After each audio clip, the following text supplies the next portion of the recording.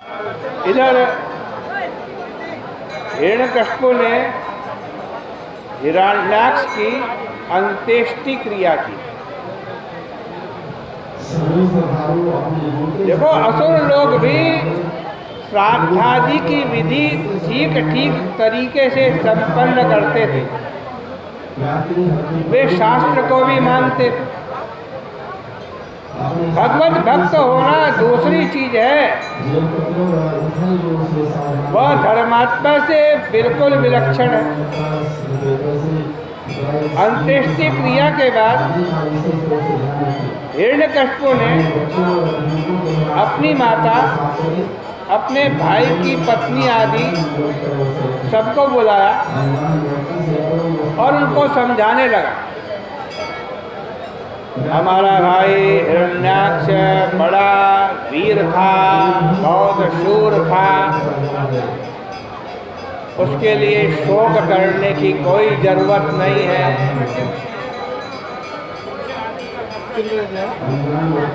वो तो जिया भी अच्छी तरह और मरा भी बहादुरों की तरह युद्ध भूमि में। लोग जैसे याहू पर मिलते हैं ना, वैसे ही इस संसार में मिलना होता।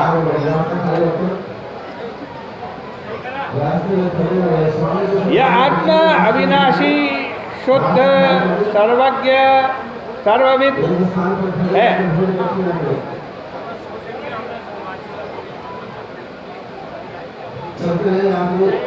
पर है और माया से ही, अविद्या से ही गुणों को धारण करता है। आप देखो ना, आप जल के तालाब के पास खड़े हो, तालाब को ध्यान से देखो,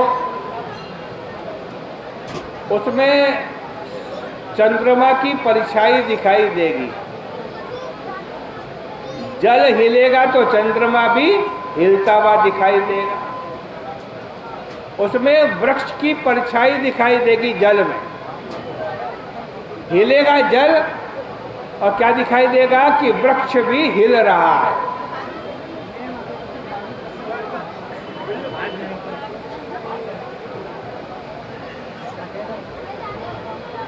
हमारी आंखें घूमती हैं, हम सोचते हैं धरती घूम रही है।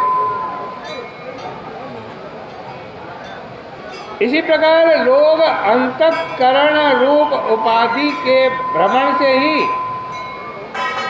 अपने को, आत्मा को घूमता हुआ मानते हैं। उसी से संयोग, वियोग और संसार की उत्पत्ति होती है। यहाँ देखो, हिरण्यकशिपु और कंस आदि भी कभी कभी औपनिषद उपदेश नित्य शुद्ध आत्मा के स्वरूप का वर्णन करते हैं। ये भी आत्मवादी है, कोई अनात्मवादी नहीं।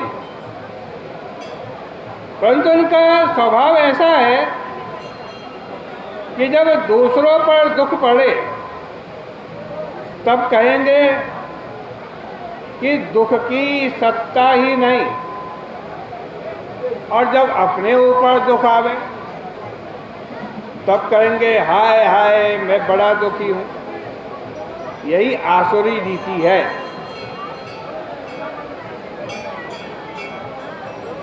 इसी को आसुरी रीति कहते हैं। इसलिए मनुष्य को चाहिए कि जब किसी दूसरे के ऊपर दुख पड़े तो जाकर उसमें हिस्सा ले, उसको समझाए, बुझाए, और अपने पर दुख पड़े तो कह दे कि इसकी तो 3 काल में सत्ता ही नहीं है, यही वेदांत होता है।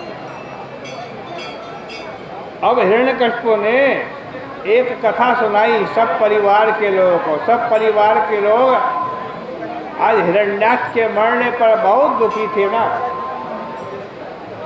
तो एक कथा सुना।